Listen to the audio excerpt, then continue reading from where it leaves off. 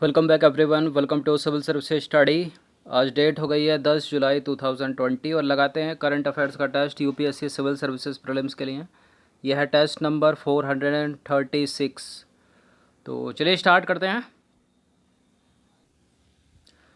तो question number 1 है, affordable rental housing complexes योजना के संदर्भ में निम्नलिखित कथनों पर विचार करना है। दो स्टेटमेंट है यहाँ पर और बताना कि इनमें से कौन सा करेक्ट है।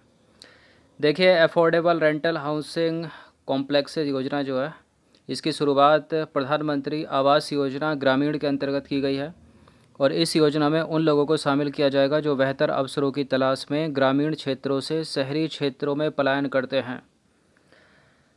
बताइए कौन सा करेक्ट है इसमें। देखिए, अफोर्डेबल रेंटल हाउसिंग कॉम्प्लेक्सेज योजना जो है वो उसकी शुरुआत प्रधानमंत्री आवास योजना शहरी के अंतर्गत की गई है, ग्रामीण के अंतर्गत नहीं।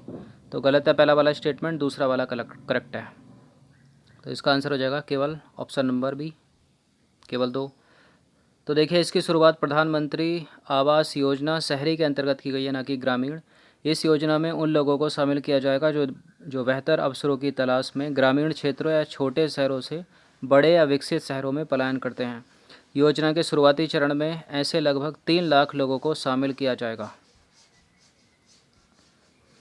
क्वेश्चन नंबर 2 पर आ जाइए। बुबोनिक प्लेग से रिलेटेड कुछ स्टेटमेंट है यहाँ पर। बुबोनिक प्लेग जो अभी हाल ही में समाचारों की सुर्खियों में था। देखिए, यह मानव शरीर में लसिका प्रणाली को प्रभावित करता है और दूसरा स्टेटमेंट है, यह रोग संक्रमित पिस्सू जेनोसेल्ला चेओपिस के काटने से होता है और 14वीं शताब्दी में बुबोनिक प्लेग के कारण अकेले अफ्रीका में, सिर्फ अफ्रीका में लगभग 50 मिलियन मौतें हुई थीं। कौन सा करेक्ट है इसमें। तो पहला तो करेक्ट है, दूसरा वाला भी करेक्ट है। संक्रमित पिस्सू के काटने से होता है जेनोसेल्ला चेओपिस और 14वीं शताब्दी में अकेले यूरोप में लगभग 50 मिलियन मौतें हुई थी, ना कि अफ्रीका में। तो गलत है तीसरा वाला स्टेटमेंट। थर्ड को एलिमिनेट कर दीजिए, इसका आंसर हो जाएगा केवल 1 और 2। तो देखिए, बुबोनिक प्लेग जिसे प्लेग वेसिलस भी कहा जाता है, लसिका पर हमला करके जो है सूजन, दर्द व मवाद का कारण बनता है ये। और 14वीं शताब्दी में बुबोनिक प्लेग के कारण अकेले यूरोप में ही 50 मिलियन लोग मर गए थे, ना कि अफ्रीका में। गलत है दूसरा स्टेटमेंट। और यह जो है मानव शरीर में प्रतिरक्षा प्रणाली यानी इम्यून सिस्टम के हिस्से लसिका प्रणाली को प्रभावित करके लिम्फ नोड्स या लसिका पर्व में सूजन का कारण बनता है और शरीर के अन्य भागों में फैल सकता है। और इसका भी हाल ही में केस जो है वो चीन में ही देखने को मिला। हो गया ना, तो 2 बार की आवश्यकता है।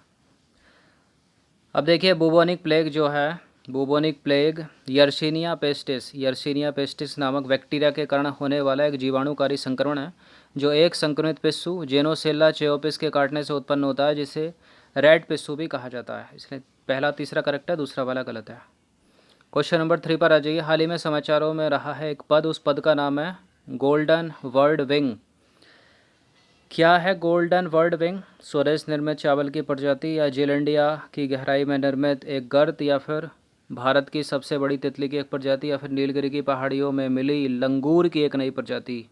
क्या है गोल्डन वर्ड विंग। देखिए, गोल्डन वर्ड विंग है सबसे बड़ी तितली की एक प्रजाति जो अभी भारत में वर्तमान में सबसे बड़ी है और हाल ही में खोजी गई है। तो गोल्डन वर्ड विंग जो है भारत की सबसे बड़ी तितली की प्रजाति है, जिसे 88 वर्षों के बाद पहली बार खोजा गया है। इसका वैज्ञानिक नाम है ट्राइडस आइकस। इस प्रजाति के पंखों की लंबाई है कितनी, 194 मिलीमीटर तक है। इससे पहले जो सबसे बड़ी भारतीय तितली थी जिसे वर्ष 1932 में खोजा गया था, वह दक्षिणी वर्ड विंग प्रजाति से संबंधित थी, जिसे तब कॉमन वर्ड विंग की उप प्रजाति माना जाता था। क्वेश्चन नंबर 4 पर आ जाइए। कोरोना वायरस या कोविड-19 का प्रसार निम्नलिखित में से किसके माध्यम से संभव है। नाक से निकलने वाली छोटी बूंदें यानी स्मॉल ड्रॉपलेट्स के माध्यम से, हवा के माध्यम से, मुंह से निकलने वाली छोटी बूंदों यानी स्मॉल ड्रॉपलेट के माध्यम से, उपरोक्त सभी के। देखिए, हाल ही में WHO ने, विश्व स्वास्थ्य संगठन ने पुष्टि कर दी है कि कोरोना वायरस जो है हवा के माध्यम से भी फैल रहा है। तो ये करेक्ट है तीनों के तीनों स्टेटमेंट।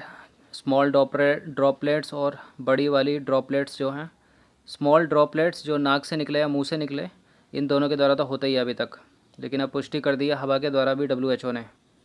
तो सतर्क रखिएगा, बिल्कुल मास्क वास्क पहन कर निकलिए बाहर को। तो देखिए हाल ही में विश्व स्वास्थ्य संगठन, या निकलिए मैं तो अगर काम नहीं है तो, हाल ही में विश्व स्वास्थ्य संगठन WHO ने हवा के माध्यम से कोरोना वायरस के प्रसार की बात की पुष्टि कर दी है। इस संबंध में वैज्ञानिकों के एक वैश्विक समूह ने विश्व स्वास्थ्य संगठन से आग्रह किया है कि वह इस दिशा में जल्द से जल्द वैश्विक समुदाय को सूचित करे और इससे पूर्व कोरोना वायरस मुख्य रूप से संक्रमित व्यक्ति के नाक और मुंह से निकलने वाले छोटी बूंदें यानी स्मॉल ड्रॉपलेट्स के माध्यम से फैलता था, जो कि अधिक समय तक हवा में नहीं रहती थी। लेकिन अब ऐसा नहीं है, जो अधिक समय तक हवा में नहीं रहती थी और ज़मीन पर गिर जाती थी, लेकिन अब यह हवा के माध्यम से ही फैल रहा है। तो हवा के माध्यम से प्रसारित होने के कारण यह वायरस स्वास्थ्य कर्मियों के लिए और भी खतरनाक हो गया है। विशेषज्ञ का मानना है कि किसी भी स्वास्थ्य कर्मी को उचित उपकरणों जैसे PPE किट आदि के बिना जो है कार्य नहीं करना चाहिए। क्वेश्चन नंबर 5 पर आ जाइए। ऑपरेशन समुद्र सेतु, कई बार इसके ऊपर क्वेश्चन बनाया है। ऑपरेशन समुद्र सेतु के तहत अब तक समुद्री मार्ग से कुल 3,992 भारतीय नागरिकों को वापस भारत में लाया गया है। इस ऑपरेशन में किन किन भारतीय नौसैनिक जहाज़ों ने हिस्सा लिया? INS Jalashwa, INS Airavat, INS मगर और INS शार्दुल। बताइए, नीचे दिए गए कोड की सहायता से सही उत्तर का चयन कीजिए। देखिए INS जलाश्व तो है, हम चर्चा कर चुके हैं इस पर। ऐरावत भी, INS ऐरावत, INS शार्दुल भी है, INS मगर भी है। तो सारे के सारे करेक्ट हैं। डी है इसका आंसर 1 2 3 4।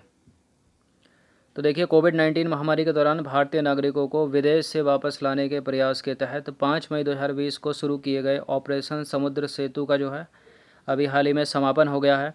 इस ऑपरेशन के तहत अब तक समुद्री मार्ग से कुल 3,992 भारतीय नागरिकों को वापस लाया गया है।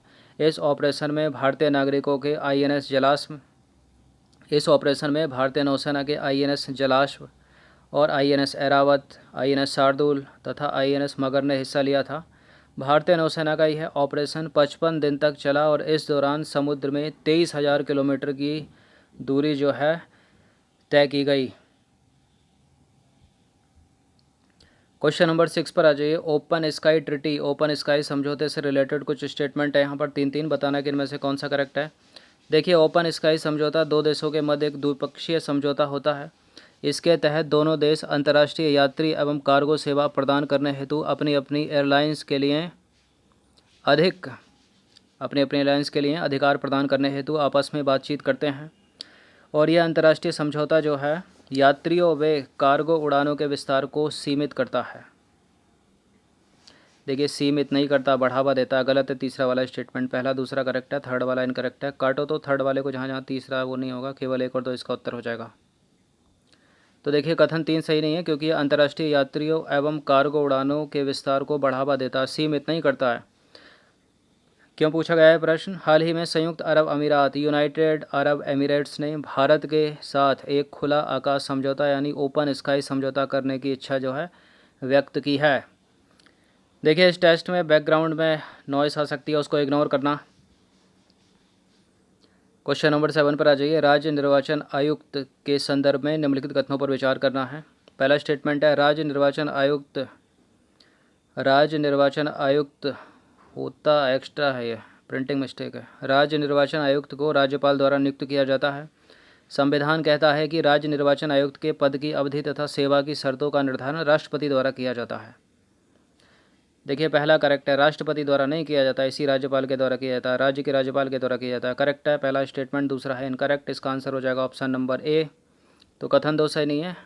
राज्य निर्वाचन आयोग में एक राज्य निर्वाचन आयुक्त होता है जिसे राज्यपाल द्वारा नियुक्त किया जाता है। संविधान के अनुसार राज्य के विधानमंडल द्वारा बनाए गए किसी भी कानून के प्रावधानों के अधीन राज्य निर्वाचन आयुक्त के पद की अवधि तथा सेवा शर्तों का निर्धारण राज्य का राज्यपाल करता है, राष्ट्रपति नहीं। क्यों पूछा गया है प्रश्न? हाल ही में सुप्रीम कोर्ट ने आंध्र प्रदेश राज्य निर्वाचन आयोग और राज्य के नेता अतलूरी रामकृष्ण द्वारा दायर अलग अलग याचिकाओं पर जल्द ही सुनवाई करने और निर्णय देने की बात कही है।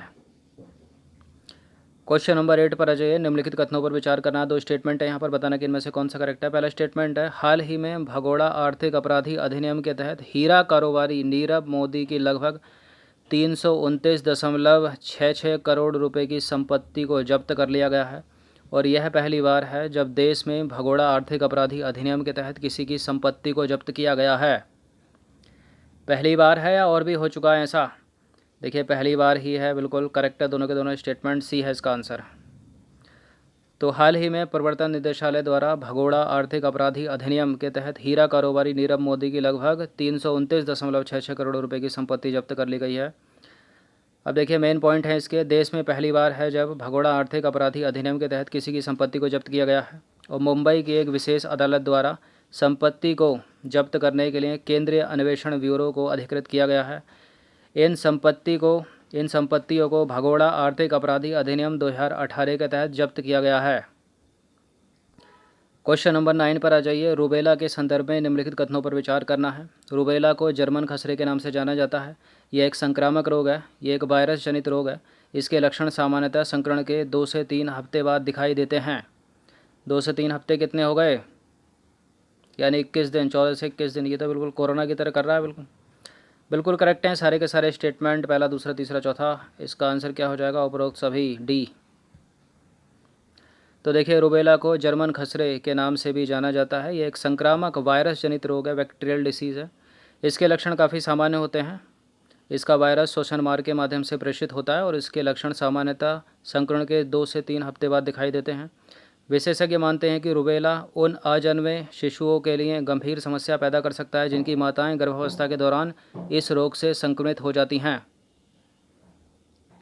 क्वेश्चन नंबर 10 पर आ जाइए। खसरे के संदर्भ में निम्नलिखित कथनों पर विचार करना है। पहला स्टेटमेंट है, खसरा एक अत्यधिक संक्रामक वायरस जनित रोग है जो कि मुख्य रूप से बच्चों को प्रभावित करता है और यह संक्रामक रोग विशेष रूप से मोबिरली वायरस के जीन्स पैरामिक्सो वायरस के संक्रमण से होता है। इसके लक्षण हैं बुखार, खांसी, आँखों का लाल हो जाना इत्यादि। बताइए कौन सा करेक्ट है इसमें? बुखार, खांसी, आँखों का लाल हो जाना इत्यादि इसके लक्षण है किसके? खसरे के। खसरा एक संक्रामक वायरस जनित रोग है, रूबेला की तरह करेक्ट है पहला स्टेटमेंट। दूसरा भी करेक्ट है। ये संक्रामक रोग विशेष रूप से मोबिरली वायरस के जीन्स पैरामिक्सो वायरस के संक्रमण से होता है। बुखार, खांसी, आँखों में का लाल हो जाना जो है इसके लक्षण हैं। तो सारे के सारे करेक्ट हैं, ये भी डी है इसका उत्तर। तो 10 प्रश्न थे इंपॉर्टेंट, अच्छे से इसका रिवीजन कर लीजिएगा 1 से 2 बार। धन्यवाद। और बुबोनिक प्लेग के बारे में सब कुछ याद रखिए, बैक्टीरियल है वो, वायरस नहीं है। पूछा जा सकता है प्रश्न, न्यूज़ में है। धन्यवाद।